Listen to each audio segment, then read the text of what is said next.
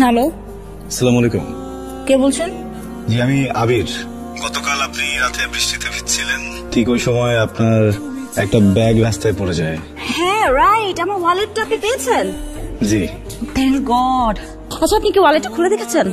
জি, খুবই দুঃখিত, ব্যাগটা খুলে দেখতে হয়েছে। তাছাড়া তো আমি আপনার ঠিকানা বা আপনার নাম্বারটা বের করতে পারতাম না।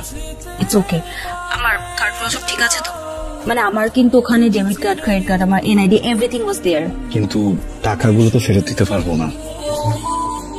কোনো অসুবিধা নেই, ইটস নট আ প্রবলেম। আপনি জাস্ট আমার ওয়ালেটটা ফেরত দেন, দ্যাটস ইট। জি, সেটা তো অবশ্যই দিব, ফেরত দিব বলেই আমি আপনাকে ফোনটা দিয়েছি। ওকে, আমি আপনাকে কোথায় এসে দিবেন আমি অ্যাড্রেসটা পাঠিয়ে দিচ্ছি, প্লিজ টাইমলি চলে আসবেন। হ্যাঁ, কাল দেখা হবে। আল্লাহ হাফিজ। Sure. Thank you so much. Excuse me, আপনি আবির? আমি মায়া। ভাই কেমন আছেন? ভালো আছি, বসেন।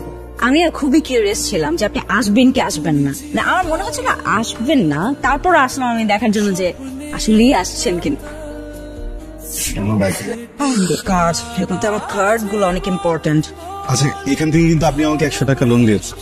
মানে আমি নিজেই আসলে 100 টাকা এখান থেকে নিয়েছি, আমার আসার ভাড়া ছিল না তো। আপনি তো খুব মজার মানুষ। এনিওয়েজ, টাকা কোনো বিষয় না, দেখেন এগুলো তো আসবে যাবে, কিন্তু এই যে আপনার লয়ালিটি, আপনার অনেস্টি, এটা হচ্ছে ইম্পর্টেন্ট। আজকালকার যুগে এসব দেখাই যায় না। আপনার অনেক টাকা, তাই না? আমার না, আমার বাবার অনেক। ওটা কোনো বিষয় না, লয়ালিটি হচ্ছে ম্যাটার করে, জানেন? বলেন কি খাবেন? আপনি যেটা খাবেন ওটা খাবো। আমি তো আসলে এখন কি খাবো, কফি খাই ইউজুয়ালি। কফি খাবেন?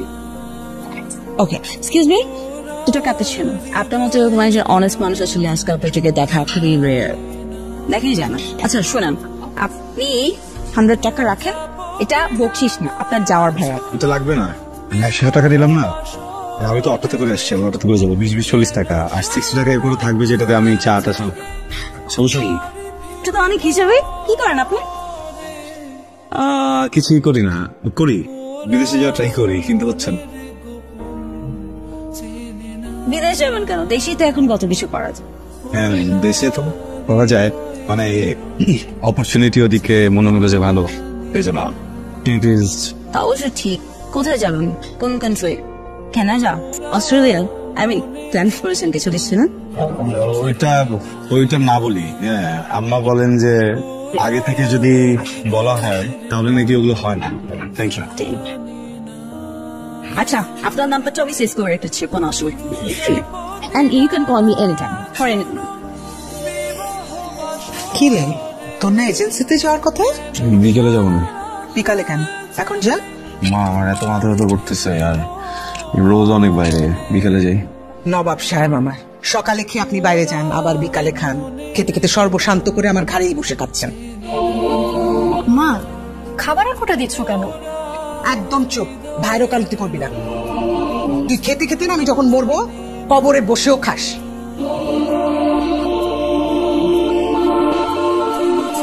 মা, ও তো চেষ্টা কম করছে না। কিসের চেষ্টা করতেছে? দেশে করতে পারতো না, বিদেশে যাবে। টাকা পয়সা সব দিয়ে দিছি, কিচ্ছু নাই আমার হাতে। তো একদিন ইনকাম করবে, তখন তোমার যা দরকার তাই দিতে পারবে।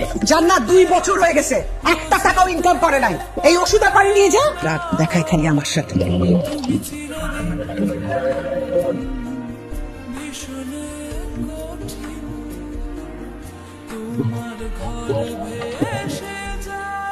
ভাইয়া, মন খারাপ করিস না, তুই তো জানিস মা এরকমই। আর তুই খাসনি বলে আমরা কেউই খাইনি। খাবারটা রেখে গেলাম, প্লিজ খাবারটা খেয়ে নিস।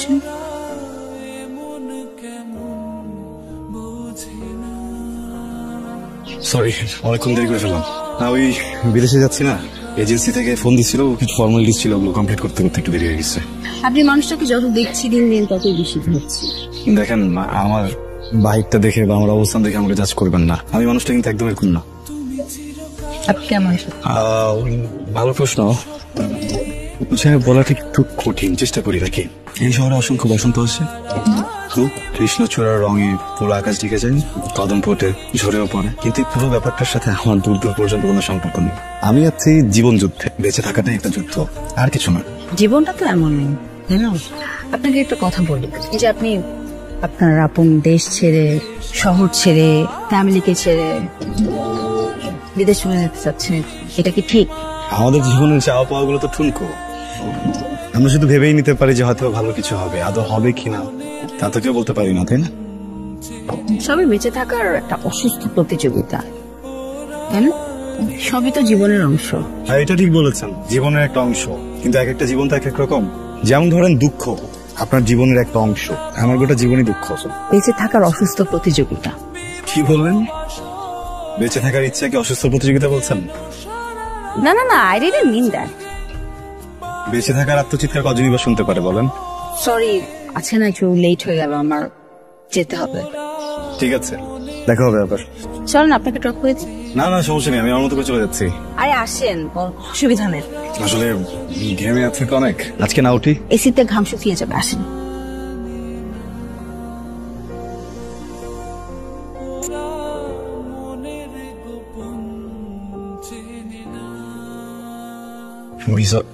ভিসা অফিস থেকে কল করছিল আজকে, কালকে একটু সকাল সকাল যেতে পারছে। যাবি? হ্যাঁ, টাকা হবে তোমার কাছে? আমার কি টাকার গাছ আছে? হ্যাঁ, তোর পেছনে কত টাকা ঢালছি খেয়াল আছে? একটা টাকা আয়ত করিস না, বারবার যেরকম টাকা চাস, লজ্জা করে না?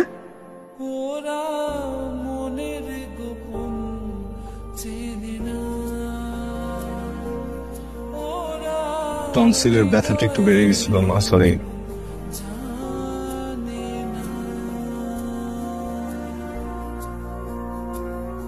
মায়া, বলেন তো আমি কেন বারবার আপনার সাথে দেখা করতে আসি?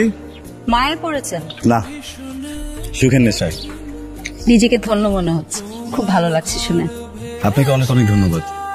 আমার এই বাজে মুহূর্তগুলোকে আপনি অনেক সুন্দর করে ফেলেছেন, আমাকে এত সময় দিচ্ছেন, আমি দিনগুলো কখনো ভুলবো না। এভাবে বলবেন না প্লিজ। তাহলে কি বলবো? আপনি অঝোর বৃষ্টির মাঝে এক মুঠো রোদ্দুর। আপনি তাহলে রমজানের 7 রং হয়ে যান। সেটা সম্ভব না, যার বুকে বিশ্ববিএস থাকে সে কি করে রংধরে 7 রং হবে? বিশ্ববিদ্যালয় নিয়ে মানুষ বাঁচে নাকি? বাঁচে তো, আমার মতো মানুষ সব আছে। আমি সাথে দিতে চাই। I not tested. How does it taste? চলুন। কেন, আরেকটু থাকি না। সবকিছু স্থিতি স্থাপক সীমা আছে, যেটা অতিক্রম করা নিষেধ। চলুন। একটু থাকলে কি হয়? অনেক কিছু হয়।